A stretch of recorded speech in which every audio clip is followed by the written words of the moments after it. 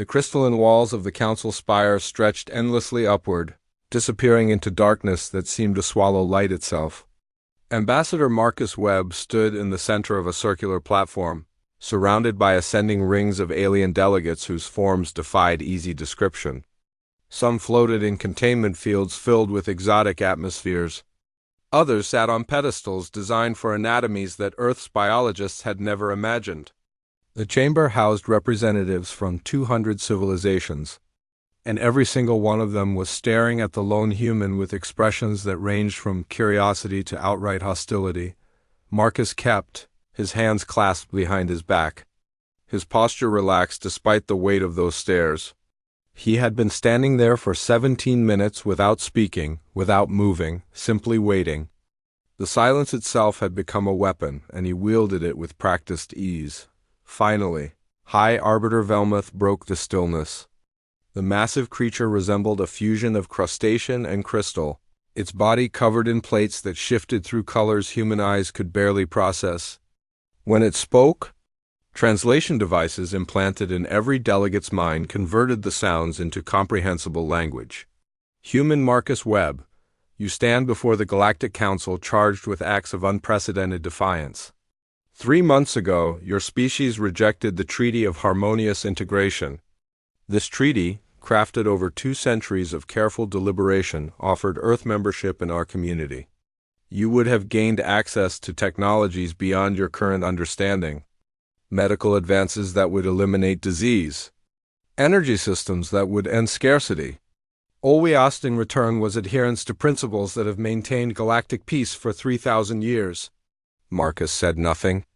He simply stood there watching Velmuth's plates darkened, a sign of irritation that Marcus had learned to recognize during his years of diplomatic service. The treaty required 3 simple commitments. First, that humanity limit its colonial expansion to 3 worlds per century, preventing the resource conflicts that have destroyed lesser civilizations. Second, that you submit your military capabilities to Council oversight, ensuring no single species could threaten galactic stability. Third, that you adopt the genetic stabilization protocols, preventing the emergence of biological weapons or dangerous evolutionary modifications. A delegate from the lower tiers, a serpentine being whose scales reflected light like oil on water, hissed loudly. They rejected paradise. They spat on our generosity.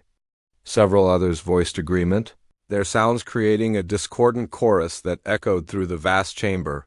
Velmuth raised multiple appendages, calling for silence.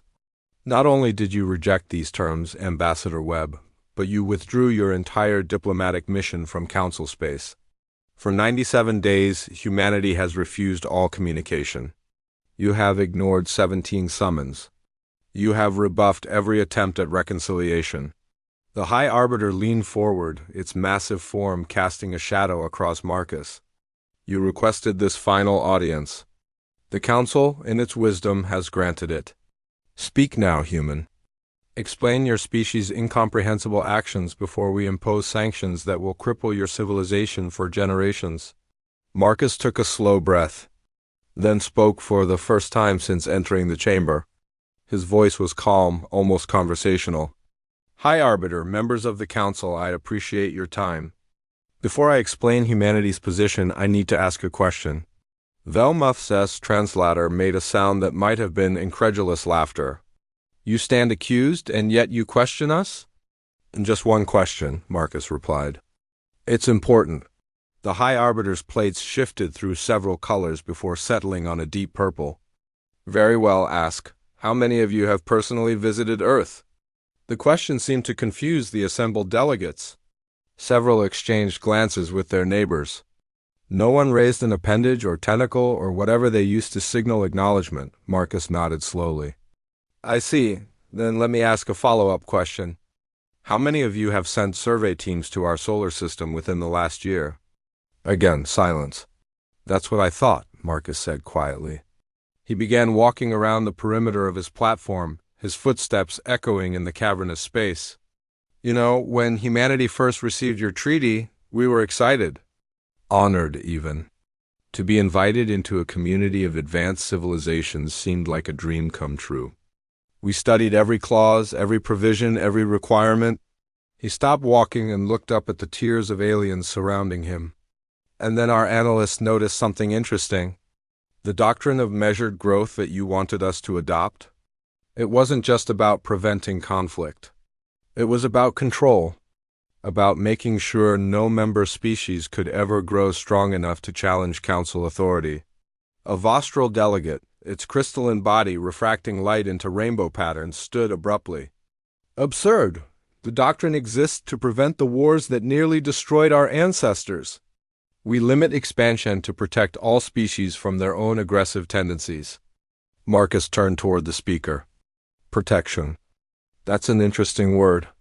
Tell me, Counselor, how many species have you protected by quarantining them? By declaring them unready for contact? By keeping them isolated while you decide if they meet your standards? 41 civilizations currently exist under protective observation, Velmuth answered stiffly. They are shielded from predatory contact until they reach sufficient maturity. Maturity, Marcus repeated. Meaning until they're willing to accept your terms without question. Until they've been watched long enough that they know resistance is futile. He shook his head. We realized something during those treaty negotiations. You don't want partners, High Arbiter. You want subjects. Polite, grateful subjects who will never question your authority or challenge your monopoly on power. The chamber erupted in protests. Voices overlapped in dozens of languages, creating a wall of sound that threatened to overwhelm the translation systems.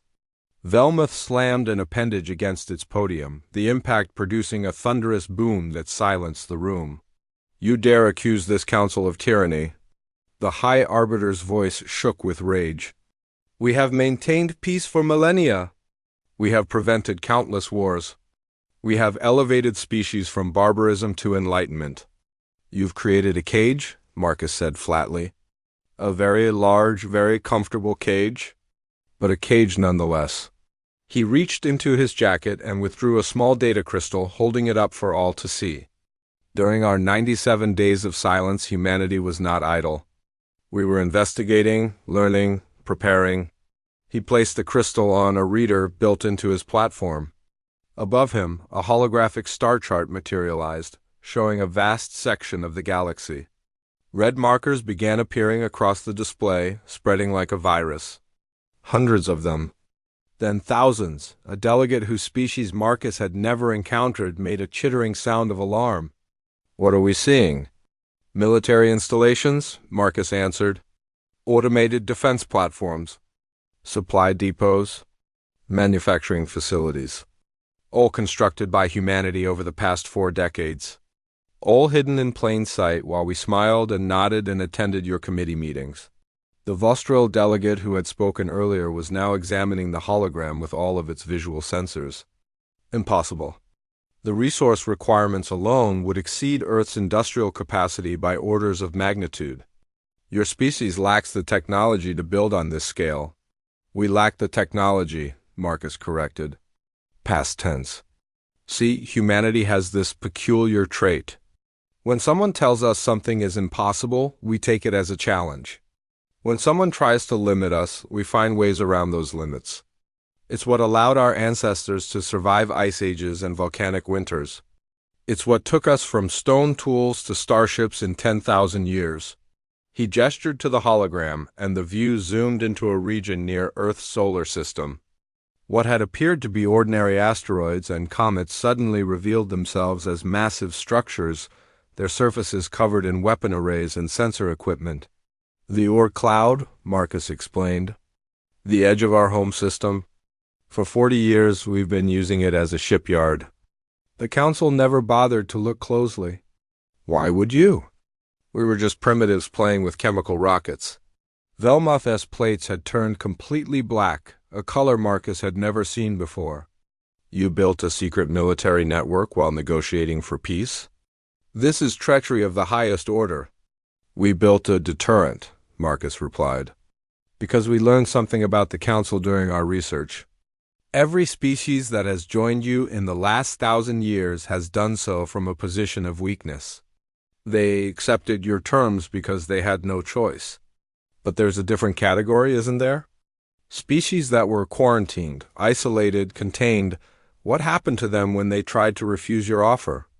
The silence that followed was deafening. Marcus nodded slowly. That's what I thought. So we had a choice. Accept subjugation disguised as partnership, or prepare to defend our right to determine our own future. We chose the latter.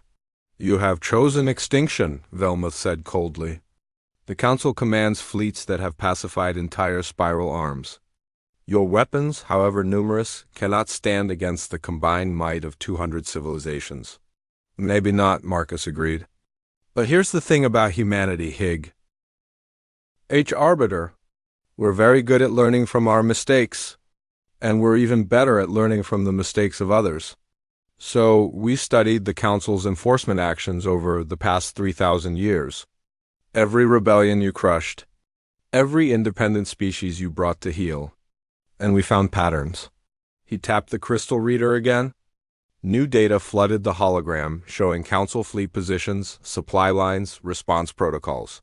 You've grown comfortable, Marcus continued. Predictable. Your tactics haven't evolved in centuries because they haven't needed to. No one has challenged you successfully, so why innovate? He smiled without humor. We're going to change that. The holographic display above Marcus shifted again, and 47 new markers appeared across the star chart, glowing green against the darkness of space. Each one represented a civilization that the Council had deemed unready for contact, kept isolated through a combination of surveillance and occasional interference in their technological development. Velmuth's appendages twitched violently, a gesture that Marcus's cultural training identified as extreme agitation. What have you done? We talked to them, Marcus said simply. The quarantined species. The ones you've been protecting whether they wanted protection or not. Turns out most of them figured out they weren't alone in the universe years ago. They detected your monitoring stations. They noticed when their most promising research projects mysteriously failed due to convenient accidents. They knew someone was watching them, controlling them, and they were just waiting for an opportunity to break free. A delegate from the Tyrulian dominance, whose mathematical prowess was legendary across the galaxy, studied the display with narrowed eyes. You contacted quarantined species? That violates 17 separate Council laws. Each violation carries a penalty of complete economic isolation and military occupation. Laws we never agreed to follow, Marcus pointed out. We're not Council members, remember? You were so eager to impose your rules on us that you forgot we haven't actually signed anything. Legally speaking, we're an independent entity free to conduct diplomacy with whomever we choose. The chamber erupted again. This time, Velmuth let the chaos continue for nearly a minute before calling for order. When silence finally returned, the High Arbiter's voice carried a dangerous edge. Ambassador Webb, you seem to misunderstand your position. The law is not a shield you can hide behind while undermining galactic stability. If you persist in this madness, the Council will have no choice but to respond with force. Force, Marcus repeated thoughtfully. He walked to the edge of his platform, staring up at the assembled aliens. Let me tell you what happened when we made contact with the Vring Collective. You know them, I'm sure? Quarantined for 200 years because their biotechnology advanced too quickly for your comfort. You were afraid they'd develop biological weapons or violate the genetic protocols. He paused, letting the anticipation build. We shared our manufacturing technology with them. Within 6 weeks, they'd constructed 30 orbital shipyards. Within 3 months, those shipyards had produced 1,200 vessels. Not warships, not initially. Just cargo haulers and colony ships. But the Vrin are fast learners. By month 4, they'd adapted our designs into something your strategists have never encountered before. The hologram zoomed in on one of the green markers. Images appeared showing ships that seemed to blend organic and mechanical elements in ways that looked almost alive. They call them seed ships, Marcus continued. Each one contains everything needed to establish a self-sufficient colony in hostile environments. More importantly, each one can replicate itself using local resources. Plant one seed ship in an asteroid belt, and within a year you have 100 more. Plant those 100 in other systems, and suddenly you have 10,000. The mathematics of exponential growth are remarkable, don't you think? The Tarulian delegate had gone very still, its multiple computational nodes processing the implications. That's viral expansion, uncontrolled, catastrophic to the galactic ecosystem. The resource depletion alone would allow rapid colonization of uninhabited systems, Marcus interrupted. The Vryn aren't interested in your worlds, Counselor. They just want the freedom to grow without someone standing over them with a rulebook. And they're not alone. The Kelthran Enclave has taken our defensive technology and improved it. The Orcs Unity has combined their expertise in energy manipulation with our quantum computing to create power systems that make fusion look like a campfire. He turned back to Velmuth. In 97 days, 47 civilizations have joined what we're calling the Coalition of Free Worlds. We've shared everything with them. Technology, intelligence, tactical doctrine, and they've shared their innovations with us. The rate of advancement we're seeing is exponential. Your analysts predicted it would take humanity 500 years to reach level 4 civilization status. We're going to do it in 5. Because you've stolen technologies that took millennia to develop, a delegate shouted. You've bypassed the slow, careful progress that prevents disaster. You're children playing with weapons you don't understand. Marcus's expression hardened. We're not children. That's your first mistake. You look at us and see a young species that needs guidance, but you forget that youth comes with advantages. We're not bound by tradition. We're not trapped in ways of thinking that worked for our ancestors but might not work for us. We can adapt, innovate, take risks you've grown too comfortable to consider. Velmuth's voice dropped to a low rumble. And when those risks destroy you, when your reckless expansion leads to resource wars between coalition members, when your uncontrolled biotechnology creates a plague that kills billions, who will bear responsibility for that catastrophe? We will, Marcus said quietly. That's what freedom means, High Arbiter. The freedom to succeed spectacularly or fail catastrophically. The freedom to learn from our mistakes instead of having someone else make all our choices for us. You've had 3,000 years of peace, yes. But at what cost? How many species have stagnated under your protection? How many innovations have been suppressed because they didn't fit your approved development path? He pulled up another data set on the hologram. This one showed technological advancement curves for various civilizations before and after joining the Council. The pattern was stark. Every species showed rapid progress during their isolation, then a dramatic slowdown once they accepted Council membership. You've created stability, Marcus acknowledged, but you've also created stagnation. The galaxy hasn't seen a major technological breakthrough in 800 years. Every innovation is carefully controlled, tested, approved by committees that take decades to reach consensus. You're so afraid of another war that you've forgotten how to truly advance. A crystalline delegate whose name Marcus had never learned stood abruptly. Better stagnation than extinction. The wars before the Council's founding killed trillions. Entire species were rendered extinct. We built this system to prevent that nightmare from ever recurring. And you succeeded, Marcus agreed. For 3,000 years, you've prevented that specific nightmare. But you've created a different one. A galaxy frozen in amber where every species follows the same path, accepts the same limits, becomes a pale copy of what came before. You've mistaken control for wisdom and conformity for peace. He took a deep breath. That's why we're offering you an alternative. Join the coalition. Not as members submitting to our authority, but as equal partners exploring what's possible when civilizations cooperate freely instead of being forced into compliance. Bring your experience, your knowledge, your perspectives. Help us avoid the mistakes you're so afraid of. But do it as advisors and friends, not as rulers and enforcers. Velmuth was silent for a long moment. When it finally spoke, its voice carried a note of something that might have been sadness. You don't understand what you're asking. The Council exists because our ancestors learned a terrible truth. Civilizations, left to their own devices, will inevitably conflict. Competition for resources, ideological differences, Simple misunderstandings escalated by the vast power of advanced technology. These things lead inexorably to war. The only way to prevent that war is through unity of purpose and centralized authority. Maybe, Marcus conceded. Or maybe your ancestors were traumatized by their own failures and created a system that solved yesterday's problems while creating tomorrow's.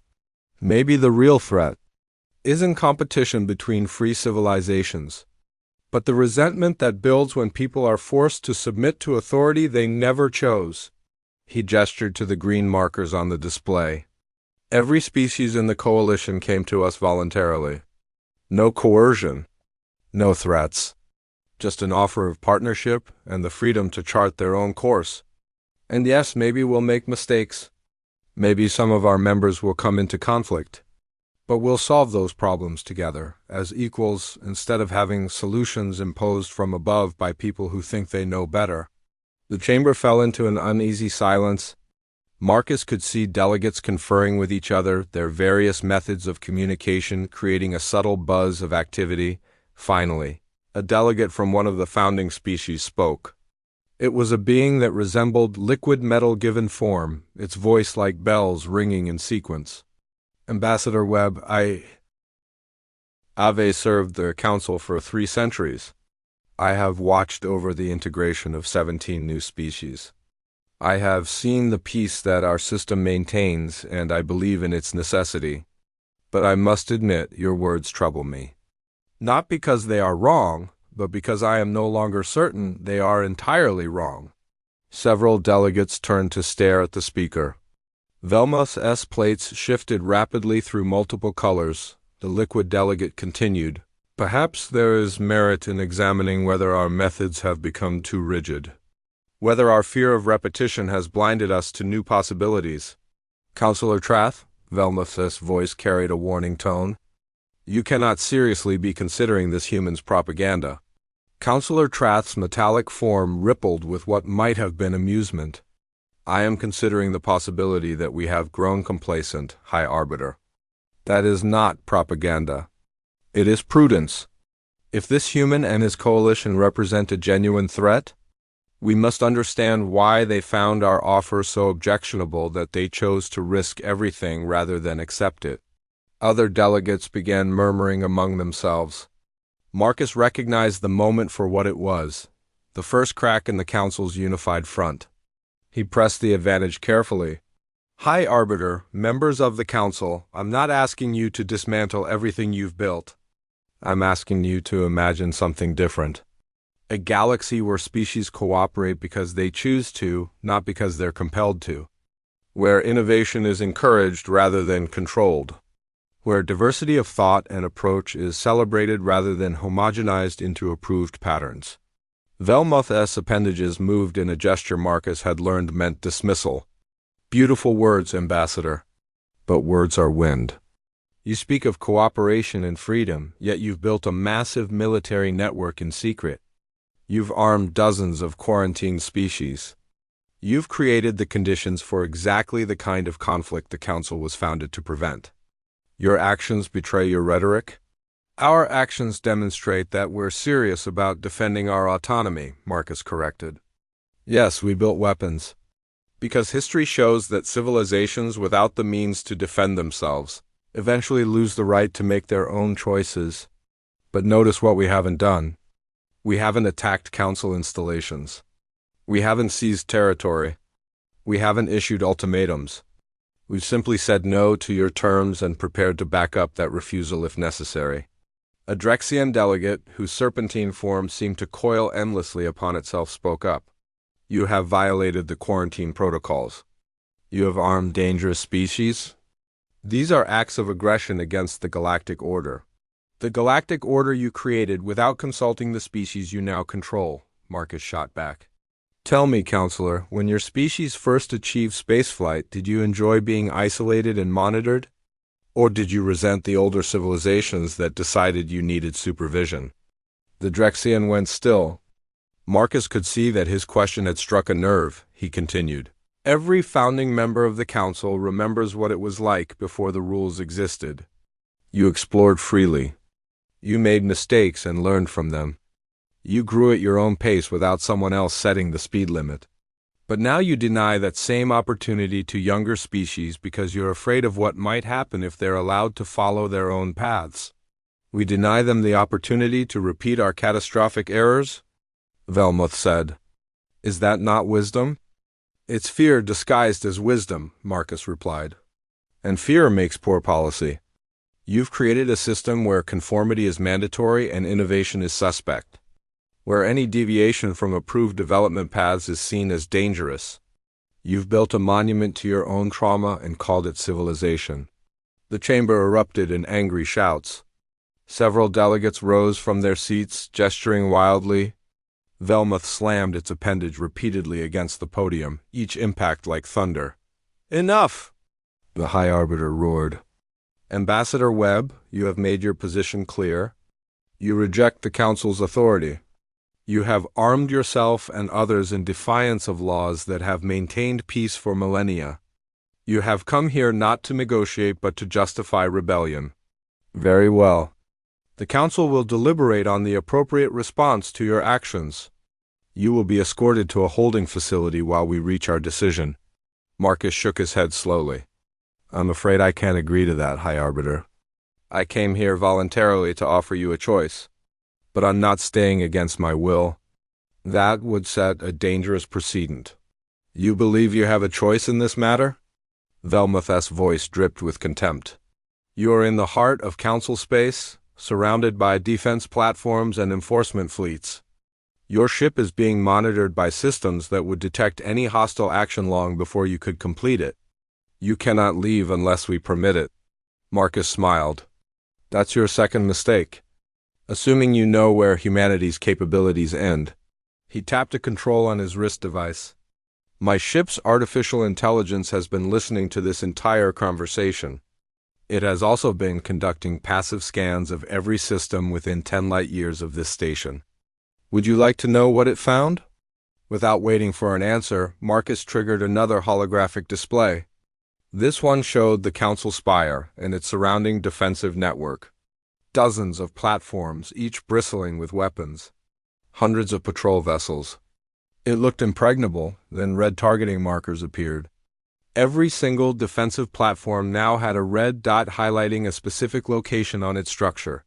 Those markers indicate critical structural weaknesses, Marcus explained calmly. Spots where a precisely placed kinetic strike would cause catastrophic system failures. My ship has calculated firing solutions for all of them.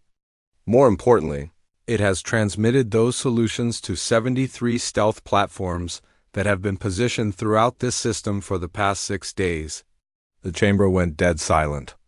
Several delegates checked their own scanning systems, their alarm growing as they confirmed what Marcus was telling them.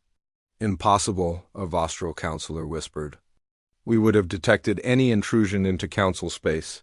You detected what we wanted you to detect, Marcus said. Stealth technology isn't just about hiding. It's about controlling what your enemy sees. We showed you enough to confirm that we're here with a single diplomatic vessel. We didn't show you the 73 gun platforms that came with us, or the 300 automated drones waiting in nearby systems, or the quantum-entangled communications network that would allow the coalition to respond within minutes if something happened to me. Velmuth's entire body had gone completely black. You brought weapons to the Council Spire? You threaten us in our own chambers? This is an act of war. This is an insurance policy, Marcus corrected. One I hope we won't need to use. But let's be clear about the situation. If I don't leave this station safely within the next 20 minutes, my ship's AI will interpret that as hostile action and respond accordingly. It will also transmit an alert to coalition forces who have standing orders to treat any aggression against our diplomatic mission as a declaration of war.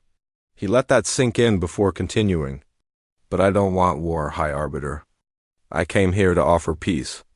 A real peace based on mutual respect rather than submission. I'm still offering that. But I'm not going to accept imprisonment or coercion as the price for trying. Counselor Trath spoke up again, its metallic voice thoughtful. High Arbiter, perhaps we should consider the human's position carefully before responding. If his claims about coalition capabilities are accurate, a military confrontation would be costly even if we ultimately prevailed. Perhaps there is a middle path. There is no middle path, Velma thundered. Either the Council maintains its authority or it does not. Either our laws have meaning or they do not. If we allow this human to threaten us and walk away unpunished, we invite every malcontent in the galaxy to challenge our authority. Maybe that's exactly what needs to happen, Marcus said quietly. Maybe your authority needs to be challenged. Maybe it needs to be earned rather than assumed. The universe has changed in 3,000 years, High Arbiter. New species have emerged. Technologies you never imagined are now possible. The solutions your ancestors crafted for their problems might not work for ours. He gestured to the hologram still showing the Council's defensive network and the targeting solutions overlaid on it. I could destroy this station right now. The casualties would be catastrophic. It would spark a war that would make your ancient conflicts look like border skirmishes. But I'm not going to do that. Because humanity didn't come this far, didn't build all of this, just to become the very thing we're trying to escape. We don't want to rule the galaxy. We just want the freedom to find our own place in it. Marcus deactivated the hologram and looked directly at Velmuth. You have 72 hours to make a decision. You can accept that the galactic order is changing and try to shape that change constructively. You can join the coalition as partners and help us build something better than what currently exists.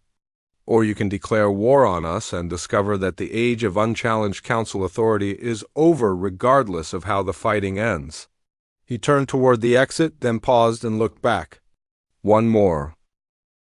Ething, High Arbiter. When you're deliberating, ask yourself this question: why did we wait until now? We've had these weapons for years. We could have struck at any time from a position of surprise when you had no warning. But we didn't. We tried negotiation first. We gave you every opportunity to offer us real partnership instead of subjugation. We rejected your treaty and then waited to see if you would try to force compliance. Marcus's expression hardened. And you did? You summoned us with threats?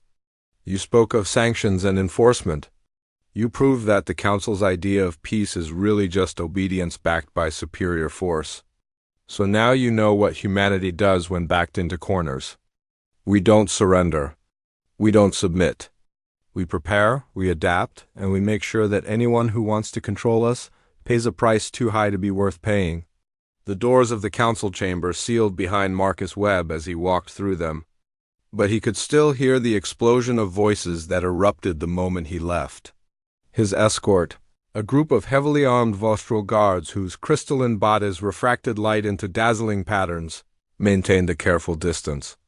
They had witnessed the exchange in the chamber. They had seen the targeting solutions overlaid on their own defensive network. They were being very, very polite. The walk back to his ship took 11 minutes. Marcus used every second to control his breathing and keep his expression neutral. The bluff had worked, but it had been exactly that, a bluff. The stealth platforms existed, yes. The targeting solutions were real, but executing those strikes would have taken the platforms out of position for the larger strategic picture. Using them here would have been tactically satisfying, and strategically catastrophic. He had gambled that Velmuth wouldn't call him on it, that the High Arbiter's caution would override its anger, that the mere possibility of catastrophic casualties would be enough to buy humanity the time it needed. His ship, the Meridian, waited in its docking cradle like a sleeping predator. It was smaller than most council vessels, built for speed and stealth rather than intimidation. As Marcus approached, the boarding ramp extended to meet him. Captain Webb, the ship's AI greeted him through his neural implant. I have monitored 17,000 separate communications since your departure from the council chamber. Analysis suggests significant division among council members regarding the appropriate response to your ultimatum. Division is good, Marcus replied, sub-vocalizing so the guards couldn't hear. It means they're thinking instead of just reacting. How many support immediate military action? Approximately 42% favor aggressive response. 31% advocate for continued negotiation. 27% remain undecided or have not communicated their positions.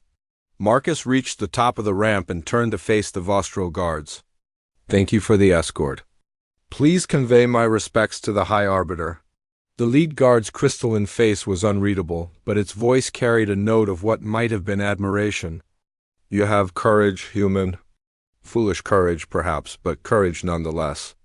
I hope you survive what comes next." "So do I," Marcus said honestly. The ramp retracted, and the Meridian's hull sealed behind him. As soon as he reached the command deck, Marcus dropped into his chair and let the facade crack. His hands were shaking. He had just threatened the most powerful governmental body in the known galaxy, in their own headquarters, surrounded by their defenses. The audacity of it still made his heart race. "Status of coalition forces?" he asked. The AI displayed tactical information across multiple screens. "All coalition fleets are at Condition 2 readiness. The Vrinseed ships have completed their dispersal pattern across 47 systems. The Kelthern defensive network is fully operational. Earth's Oort cloud installations are prepared for sustained engagement." Marcus studied the displays, seeing the careful positioning that had taken months of coordination.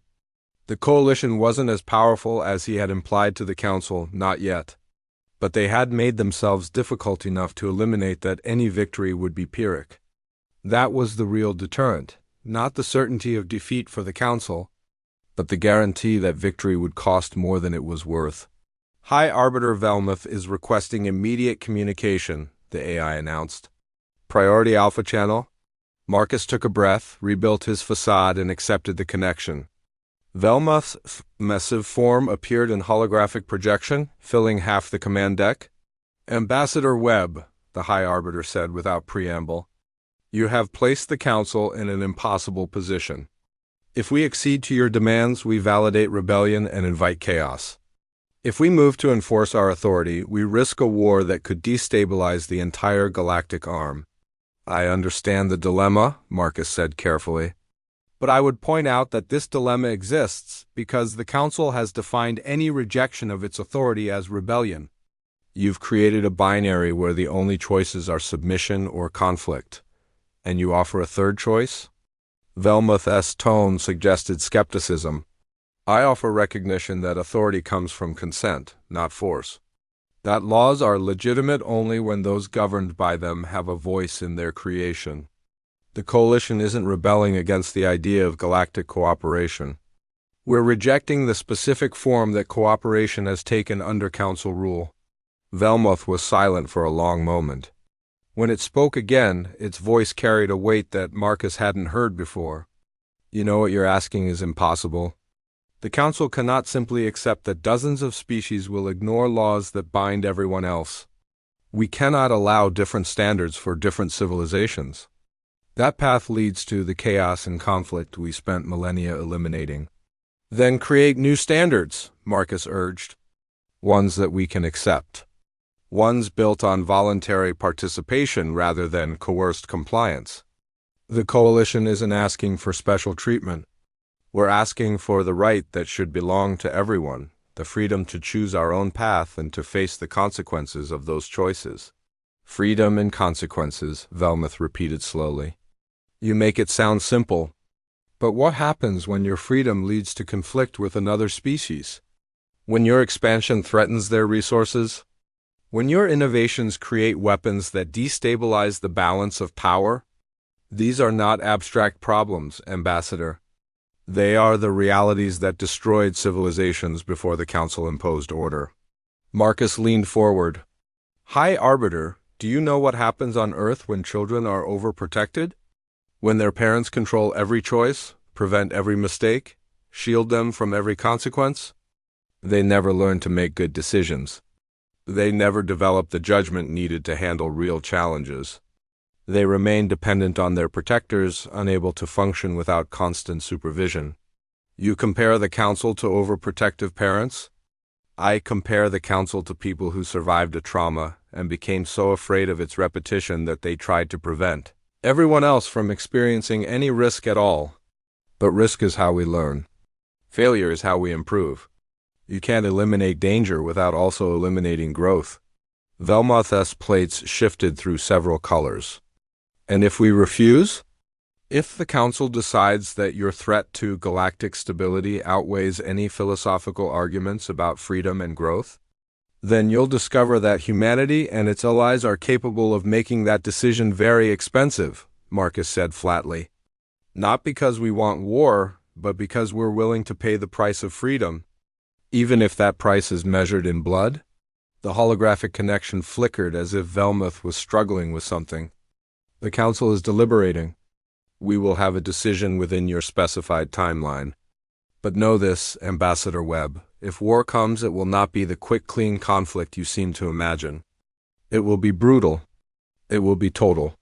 And it will be remembered as the moment when humanity's arrogance destroyed any chance for your species to reach its potential.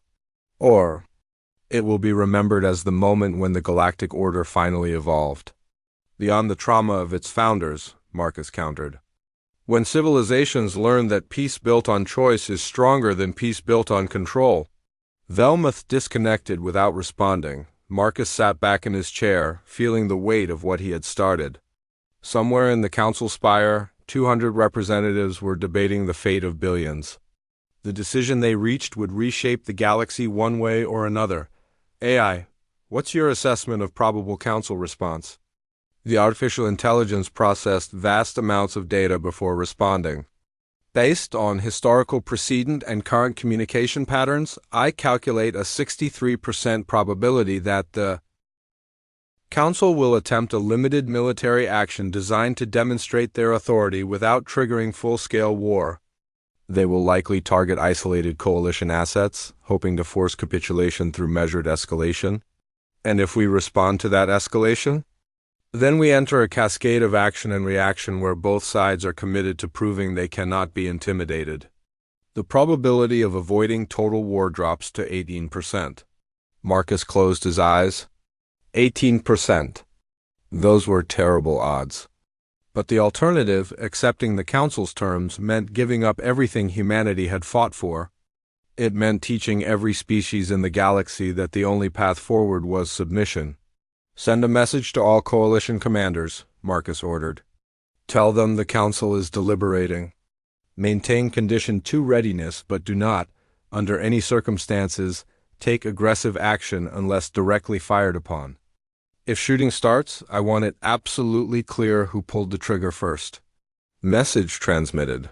The AI confirmed the next 72 hours would determine the future of galactic civilization. Marcus could only hope that wisdom would prevail over fear, that the Council would see the opportunity in this crisis rather than just the threat, but he had spent enough time studying history to know that institutions rarely changed until forced to do so.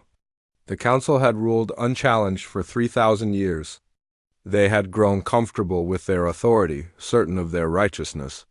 Asking them to voluntarily limit their own power, to accept that their way was not the only way, might be asking for something they were psychologically incapable of giving. In which case, Marcus thought grimly. Humanity was about to teach the galaxy a very old lesson, that cages only work until someone finds the key. And the determined can always find a way to break free. No matter the cost, 68 hours after Marcus Webb left the Council spire, the galaxy held its breath.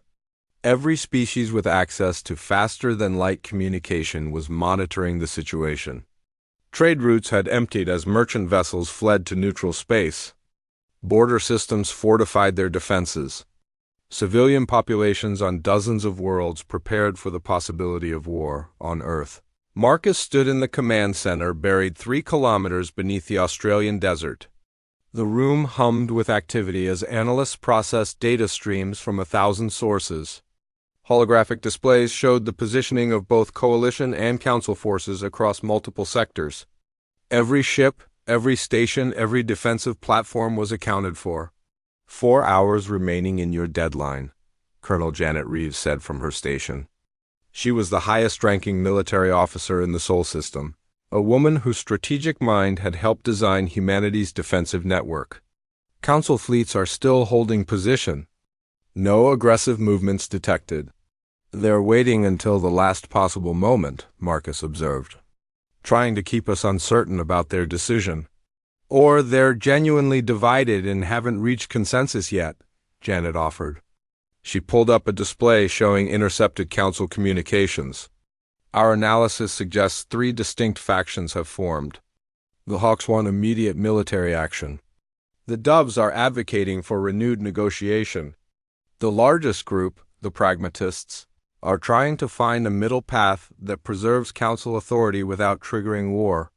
Marcus studied the information carefully. What kind of middle path? Hard to say. Some of the intercepted messages reference something called the Compact of Autonomous Spheres. It might be a proposal to allow limited independence within a broader council framework. Limited independence, Marcus repeated with distaste. That's just subjugation with better marketing. Maybe, Janet agreed. Or maybe it's an opening, a starting point for real negotiation. Before Marcus could respond, alarms blared across the command center. Every screen flashed red as proximity sensors detected incoming vessels. Contact! A tactical officer shouted. Multiple faster-than-light signatures emerging throughout the system. Counting 57, no, 74, still climbing. 112 vessels now in range. Marcus felt his stomach drop. A force that size could only mean one thing. The Council had chosen war. Identify those ships, he ordered. His voice steady despite the adrenaline flooding his system. The tactical officer worked frantically at his station. Signature patterns match Council enforcement fleets. Weapon systems are charging. They're taking up attack formations around our defensive perimeter. Launch all ready response wings, Janet commanded. Bring Orc cloud platforms to full alert. Transmit war warning to all coalition forces. Marcus raised his hand. Wait, something's wrong with this picture. If the Council wanted to attack, they would have opened fire immediately. Instead, they're positioning themselves defensively. Why? As if in answer, a communication request appeared on the main display. High Arbiter Velmuth, Marcus accepted it immediately. The massive alien's holographic form materialized in the center of the command room. Ambassador Webb, Velmuth began without preamble. The Council has reached its decision. I can see that, Marcus replied, gesturing to the displays showing the fleet positioning. Is this how you begin peace negotiations? This is how we ensure you listen, Velmuth said. Its plates had settled into a mottled gray color that Marcus had learned indicated resignation. The Council cannot accept your coalition's rejection of our authority. To do so would undermine 3,000 years of carefully maintained stability. However, we also cannot ignore the validity of certain points you raised.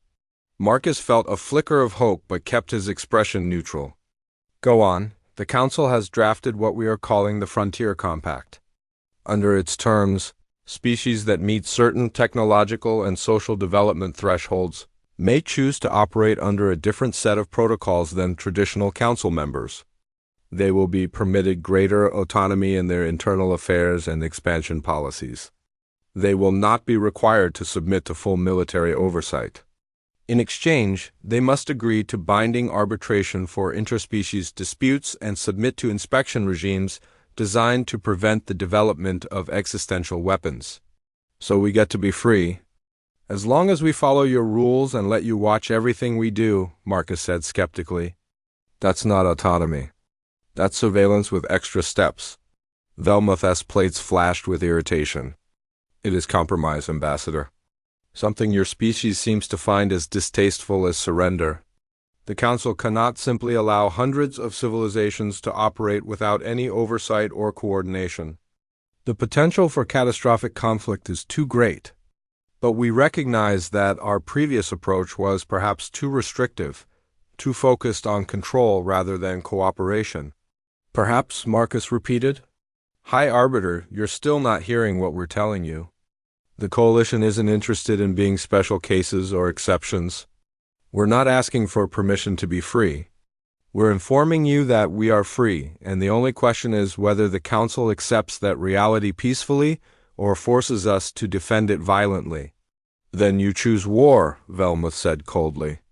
Because the Council cannot and will not accept a galaxy where civilizations operate without any common framework or authority. That is not freedom, Ambassador. That is anarchy.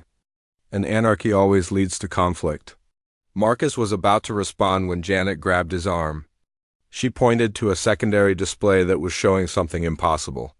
The Council fleet surrounding Earth was not alone. New signatures were appearing throughout the system. Dozens of them. Then hundreds. What am I looking at? Marcus demanded. The tactical officer's voice was filled with amazement. Ships emerging from faster-than-light transit. Configuration matches Vrinseed ship derivatives. And Kelthran defensive cruisers. And Oryx energy platforms. Sir, the entire Coalition fleet is materializing in Earth's solar system. Marcus felt his mouth go dry. They hadn't planned this. The Coalition forces were supposed to remain dispersed, protecting their own territories. If they were all here, converging on Earth, it meant only one thing. They came to support us, Janet whispered. All of them. Even knowing it might mean war with the Council. Velmuth had clearly received the same information. Its holographic form flickered as it processed the implications. You gathered your entire military force in one location? That is tactically insane. If we engage you here, we can eliminate the Coalition's military capacity in a single battle. You're assuming you would win that battle, Marcus countered. And you're assuming we made a tactical mistake. High Arbiter, look at what's happening. 47 species, many of whom have been enemies or rivals in the past, have just committed their entire military strength to a common defense. They did this not because we ordered them to, but because they believe in what we're fighting for. That kind of unity, that kind of voluntary coordination is something the Council hasn't seen in millennia. He gestured to the displays showing the fleet positioning.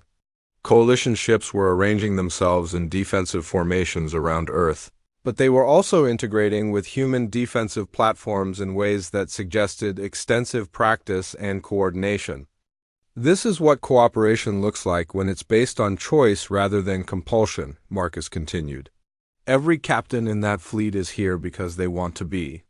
Because they believe that defending Earth's right to independence is defending their own. Because they've learned that true allies stand together even when it's dangerous. Velmuth watched the displays for a long moment. When it spoke again, its voice had lost some of its certainty. Or they are here because you have convinced them that the Council is their enemy. That peace requires choosing sides. That stability means submission. No, Marcus said firmly. They're here because you convinced them of that. By insisting that the only path forward was acceptance of your terms. By treating any desire for autonomy as rebellion. By building a system where the only way to have a voice is to give up the right to make your own choices. He took a step closer to the holographic projection. High Arbiter, I'm going to tell you something that your analysts have probably already calculated. If this turns into a shooting war, the Council will probably win eventually. You have more ships, more resources, more industrial capacity, but the cost will be staggering. Entire worlds will be destroyed, trillions will die, and even after you win, you'll be facing insurgencies and resistance movements for generations. Because you can't kill an idea, and the idea that civilizations have the right to determine their own fate is now loose in the galaxy. Velmuth's plates cycled through multiple colors rapidly, a sign of intense emotional processing. Then what would you have us do, Ambassador? Surrender our authority? Dismantle the structures that have maintained peace for 3,000 years? Watch as species repeat the mistakes that nearly destroyed our ancestors?